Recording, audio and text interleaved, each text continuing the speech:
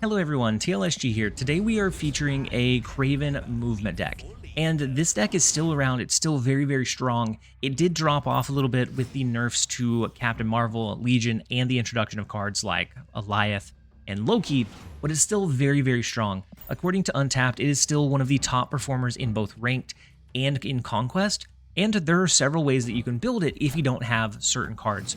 So for any of these slots that you see a Jeff, you could run a Nightcrawler or a Polaris, and I'm going to show you a couple of different versions. So the one that we're running today is going to be an Alioth Wave Arrow kind of counter suppression style deck. The Alioth can come in absolutely handy, especially if you end up using Wave and you have enough tempo in the other lanes to continue to carry over your value.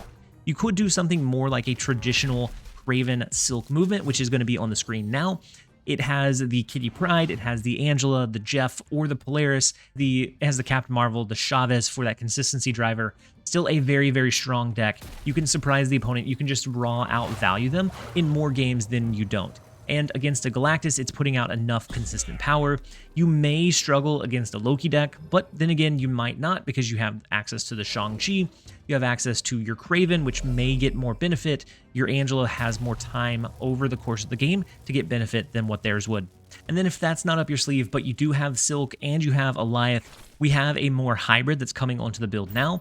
It ends up dropping the Chavez, it drops the Legion for the Doctor Doom, Alioth, and then the Wave package. So it also drops the Kitty Pryde in favor of a Nebula, because if you're running the Wave, then you definitely want Nebula over Kitty Pryde because you just won't be able to utilize Kitty Pryde in most cases. And that should give you a couple of different build options. And Alioth is actually really strong in this Kraven style movement build because a lot of times you're going to outvalue your opponent early, and so then you can leverage that into a late game Alioth so that they can't swing the game back in their favor in any way, shape, or form. And so we're going to be jumping over into a couple of games, but before we do, I would like to introduce today's video sponsor. I want to say thanks to Dragonair for sponsoring this video. Dragonair is a newly released open world Western fantasy themed game with a robust character creation process and strategic battle system. Dragonair is the second blockbuster product released by Nuverse, who we all know from Marvel Snap.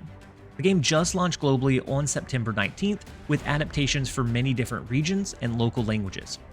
It's currently available on PC through the Epic Game Store, iOS and Android devices, and it's even available for download for my Mac users out there. And the game will be available through Steam in the future as well. In Dragonair, players can choose between many different characters and classes, each with customizable abilities to embark on a quest to uncover the secrets of Adynthia while regaining lost memories and power. There's almost 200 heroes with varied traits, elements, alignments, kinsfolks, and classes, and you can craft your dream team of 5 to shape your formations to match your strategies. Heroes have distinct abilities with tactical skill timing for explosive combos. Triumph over your enemies using elemental reactions and the interactive battleground features. It's your adventure, which means your rules. Take on dynamic adventures that feature diverse puzzles, quests, and dice roll checks that will shape the storyline's direction. Experience the thrill of unpredictability with dice-based battles and encounters, infusing excitement and strategy into every choice. Download the game right now using the link in the description to start your epic journey. And also check out the exclusive gift code in the description below. Ooh, and we draw their Alioth. We might as well use their Alioth. Let's go ahead and go with the Alioth. Unless they have... Oh, wow, the Orca. The Orca is unfortunate. We hit them with their own Alioth, giving us an 8-cube victory. They get a taste of their own medicine using the Galactus. It's very strong. All right, next up we have Grinazor. The first location is Xandar. We do have our Nebula, so we're going to throw that into the right location. The Eternity range, we may not be able to compete for that, depending on what they play this turn. If they play a 1 or 2 cost card, we can always use Polaris to pull it where we think it might be valuable. Ooh, Miniaturized Lab is awfully nice for us here. I'm going to go ahead and lean towards the Polaris. We could have done Angela and it'd probably be fine. Ooh, so they do the Brood and then we're going to yank the Luke Cage over. So this could be a Cerebro 2. It could be a Patriot build of sorts. There's a couple of things that this one could be leaning towards. Let's go with the Spider-Man that's going to pull from here, and it's not going to be able to move anything, but it is going to move itself over into the Eternity range. So then on the last turn, maybe an Alioth, depending on if they're going Cerebro 2 or like what build they're going and what else we draw into. could determine. So the Iron Lad, it's not a Cerebro 2. This is like a Patriot Blue Marvel style build. They do get the Legion with the Iron Lad, the lucky Legion pool. And so all cards everywhere are going to get a +1 bonus. I think we do Angela and then Wave, and then on the last turn we do a Dr. Doom. It's going to help us impact every single lane. Hopefully we can outscale them. I don't know. We'll see if it's possible or not. They do play into Xandar this turn to stop Nebula from scaling. What do they end up throwing over there? The Blue Marvel. They do get the Blue Marvel down. We'll see. We'll see what else is here. So if they have a Dr. Doom, we can outscale them here and here. I think we're okay. No, Patriot wouldn't do it. Yeah, I think we're perfectly fine. Maybe an Ultron? An Ultron somewhere, maybe? Yeah, the Dr. Doom is not going to help them in Xandar, and so our Doombot will swing that location for us. We're going to scale the Xandar location with our Dr. Doom, so we should come up and tie that left location. And so then we win the right lane as well. We win mid, right, tie the left lane. We will absolutely take it. All right, next up we have Steve Ram. The first location is Stark Tower. We have our Nebula in our starting hand. We have our Kraven, our Jeff. We have some really good resources. They do have Quinjet, so that is probably going to be a Loki deck, so we have to look out for the Loki play. They do have Loki in hand, so we definitely have to look out for the Loki now. If we had enough cards in our hand, we could potentially get a decent value from Loki. Like if we end up getting Collector plus card generating cards. I don't know that we want to go with that, but it's a possible play. They do have the Collector, unfortunate. The only good thing right now is that they don't have a lot of cards in their hand. So it would only change 4 of their cards, and so it may or may not even give them great resources. We're gonna go Loki. We're gonna send it. Oh, the Quinjet, the Kitty Pryde, and the Agent Coulson, all fantastic for us. They don't grab initiative because Kitty Pryde bounces back in. So I think we throw the Cosmo. We go ahead and do Kitty Pryde. That way we can do Agent Coulson over here. And then we throw Quinjet. I'll go ahead and also throw Quinjet over into Stark Tower. I think we're going to stop the Loki play in Asteroid M, because if I'm them, it's going to pull over into that lane anyways. I might as well play it to stop Nebula from scaling. And so the Cosmo comes down. Beautiful pull from the Loki, by the way. They have the Kitty Pryde. They have the Agent Coulson. They have Loki, but they have chosen not to use it so far. Very interesting decision. So I think we're going to go this. Just to make sure that if they go Loki or something similar this turn, it's not going to be huge. We're going to limit them to 1 card on the last turn. I don't know if we can outscale them in Asteroid M. We can give it a shot, though. So they're going to have to choose between... Oh, yeah, the Quinjet's not going to give them good reduction. The Kitty Pryde, not going to be a great reduction either. And so right now we are winning in 2 out of the 3. I don't know that we ever draw something big enough to win Asteroid M, though, unfortunately. I mean, actually, maybe. Unless they got our Dr. Doom. Dr. Doom would send us packing. I think we're going to do the Nimrod into mid. Just in case they go Eliath. Kind of like it. We know we don't have anything just raw, high value, high power. So if we go Nimrod and they go something like Eliath here, great. That's going to send the Nimrod over here. We scale with the Nebula. We should win. If they use it here, then we are going to outscale them over here, so we should be fine. If this is a Dr. Doom, then we still outscale them left and mid. And then we should be able to hold down the victory. Versus the Loki line, we got very fortunate with the Loki drop of our own, and we will gladly take it. We'll take a Loki win anytime we can. All right, next up we have Dio. We did end up dropping 2. One was to a Loki deck, and then the next one was to a Galactus. They ended up using Electro into Bar Sinister on the same turn that the cards shuffled in, and they top deck their Galactus, unfortunately. It is what it is. There's not a lot we can do in some of those scenarios other than just accept it. And so we retreated for 1. I mean, it's fine. In the grand scheme of things, we're not going to be able to beat every hand, every game, every deck, but we can compete against those decks in a lot of cases unless they get good draws. So the Killmonger comes down, takes out our Nebula. The Polaris comes down. Isn't going to have anything to move, unfortunately. Our Nebula is gone. Rest in peace. Sokovia is going to discard their Forge and our Jeff. Okay, not the best discard for us, but not the worst. Dr. Doom, our Wave. Actually, that's probably our ideal discard, looking at what we had in hand. So Spider-Man, hopefully going into Nova Roma, is going to give him a decent bump. Getting that +4 immediately with the Spider-Man is just so satisfying. So now we have Wave into Nightcrawler. But I almost think we just do Nightcrawler. Let's do just Nightcrawler. Next turn is going to be Wave. Maybe we end up doing Angela plus Wave. That's the only other card we'd be able to play in unison with it. And they do get a Hulkbuster onto their Deadpool. And then now we do have the Arrow coming down. So let's go ahead and Wave here. And I almost want to snap. Because even if they do a Venom, we can then, unless they have Arnim Zola, we could then use Arrow to pull it over here. I don't know. This is going to be a Venom in mid, right? Okay, so we don't have to worry about the Arnim Zola.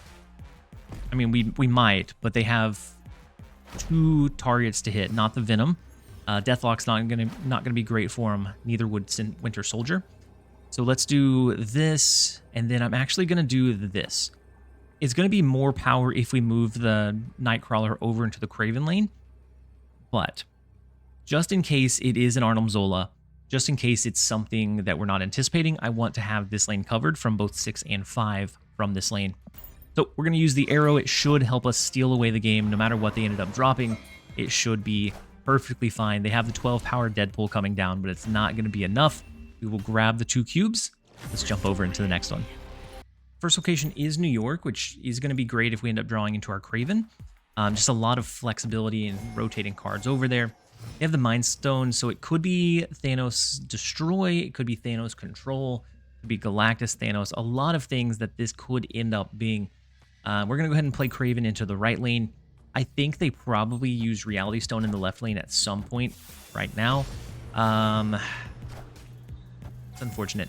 But they are going to shuffle their cards into their deck after this turn. So it's a small bit of a small consolation prize, right? We can do Polaris for the guaranteed pull, or let's do this. Let's do Nightcrawler plus Jeff. That uses more cards, gives us better chances to draw into those better resources. We're going to draw into 1 down instead of being 2 down. They do go 2 cards here, the Jeff, the Soul Stone. It's looking like it's probably the Thanos Control. If I was to guess, that's what I would think is what we're facing up against. So X-Mention, Casino, the Black Widow. Unfortunate. Means we're not going to draw here, and then the Omega Red.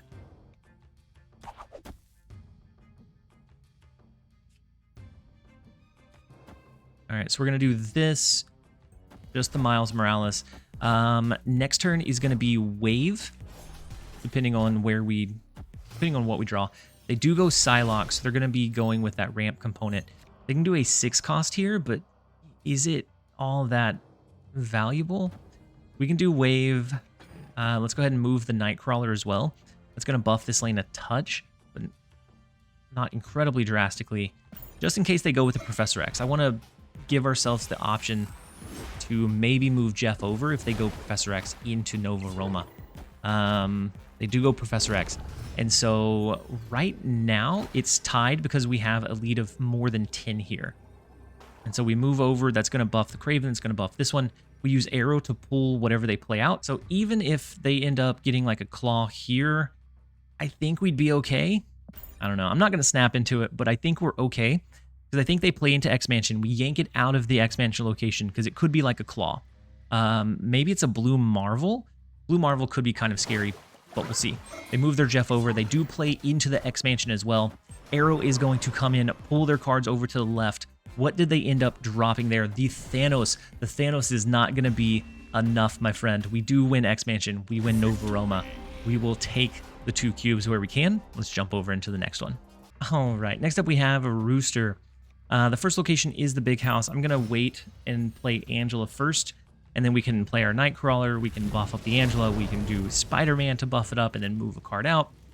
We just get a lot of ways to enable that left lane by having her down early.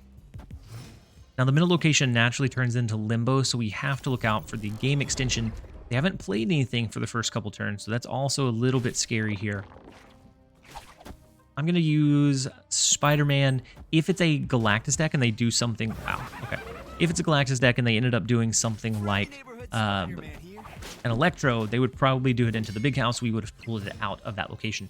So Spider-Man actually didn't pull the Green Goblin out of the big house, unfortunately. I'm going to go ahead and go Nebula and Nightcrawler just in case they try to get any cheeky ideas of like a Debris or a Polaris plus a Titania to cap out this left lane. We're not going to have any of that. We're not playing that game today.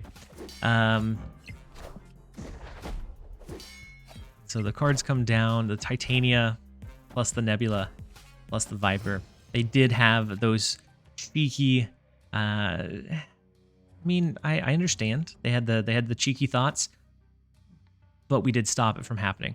So I'm going to use Arrow. If they do something like a Sentry and they're looking to use a Carnage into the Wakanda Embassy lane, we're going to pull the Sentry over, and then they'll have to destroy them themselves, and so it won't be ideal for sure. Now let's see. Spider-Woman. Okay, not really what we would have wanted, but it's fine. All right, I'm going to do Polaris plus Miles Morales. That's either going to pull the Nebula or the Titania, and that's why we're doing the Polaris into Limbo instead of to the right, because I want it to have a guarantee of pulling something from that left lane. And so now we do get Titania onto our side of the board. The Ghost Spider pulls the Spider-Woman over to the left. Very interesting. And then the Debris comes down. The Black Widow comes down. So much unfortunate just junk coming into play here. With this and this, we stay at 12. But this lane gets higher. Unless they can beat us here, which maybe they can. A big card to bring Titania onto their side of the board? Yeah, probably. Yeah, they probably beat us here by being able to recall the Titania. If not, our Alioth is going to bring it home. It's one of those cards that it's just... when you're ahead, it can just win you the game. I like Alioth in a junk build, so that may be what they were running here was an Alioth. And ours revealed just a touch earlier. So we will take the win, and that is where we're going to go ahead and end the video. Thank you guys, as always, for being here. I hope that you enjoyed it. If you did, give it a like and a comment down below. As always, this has been TLSG. Later, guys.